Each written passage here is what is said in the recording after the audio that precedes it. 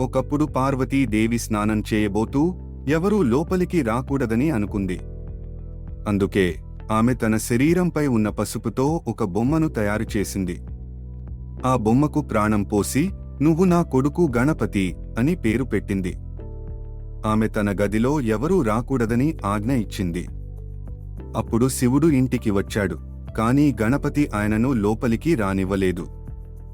గణపతి గట్టిగా చెప్పాడు, "అమ్మ చెప్పింది, ఎవరినీ లోపలికి రానివ్వొద్దు." శివుడు కోపంగా, "నేను ఈ ఇంటి యజమాని" అని అన్నాడు.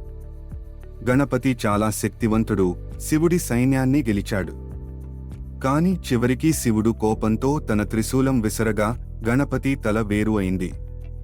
పార్వతీదేవి ఈ దృశ్యం చూసి చాలా బాధపడి శివుడిని గణపతికి ప్రాణం పోయాలని అడిగింది.